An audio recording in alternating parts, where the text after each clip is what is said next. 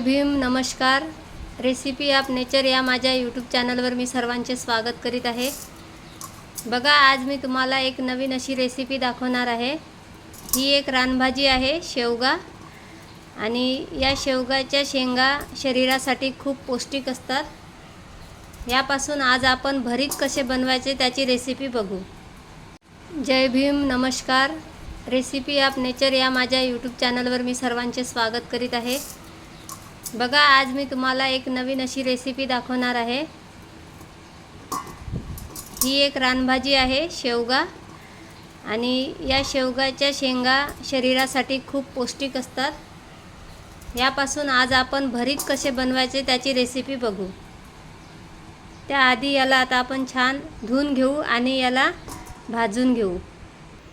हे बघा, आता आपण याला गॅसवर भाजून घेऊ। हे असं अलटून याला असं पलटवून घेऊ।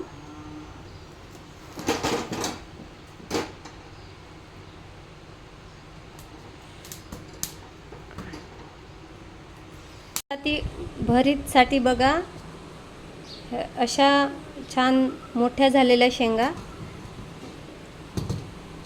आणि खूप सुकलेल्या शेंगा घेऊ नका, पण थोड्या जरड झालेल्या शेंगा घेतल्या तर जास्त गर निघतो। त्याआधी याला आता आपण छान धुवून घेऊ आणि हे बघा, आता आपण याला गॅसवर भाजून घेऊ। याला असं पलटवून घेऊ।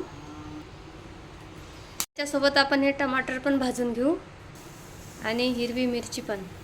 बघा, आता या शेंगा आपण अशा मोकळ्या करून घेऊ आणि याचं बघा, हे चम्मचने आपण याचा गर काढून घेऊ।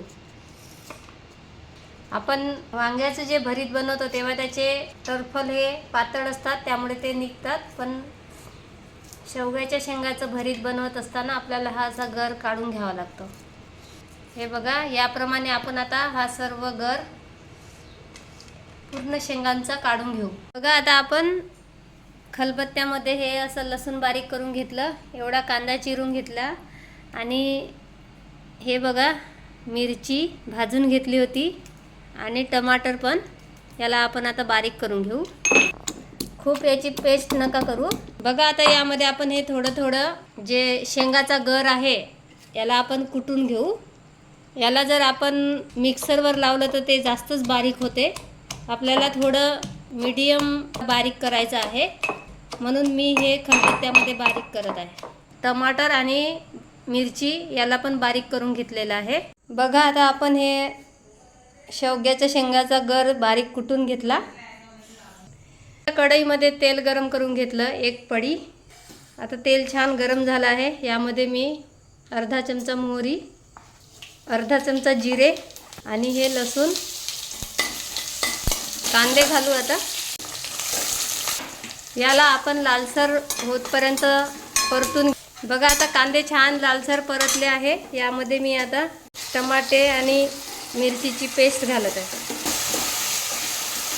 1 चम्मच लाल तिखट, पाव चम्मच हळद आणि चवीपुरते मीठ, अर्धा चमचा धना पावडर।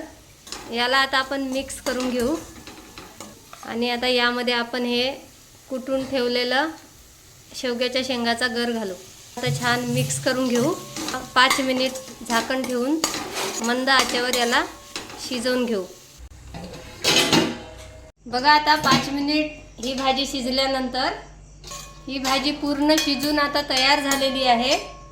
यामध्ये आपण कोथिंबीर घालू।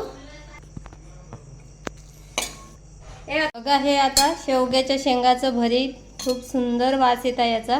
तुम्ही तर ऐकलेच असेल की शेवग्यामध्ये शरीरासाठी उपयुक्त असे भरपूर गुणधर्म आहेत।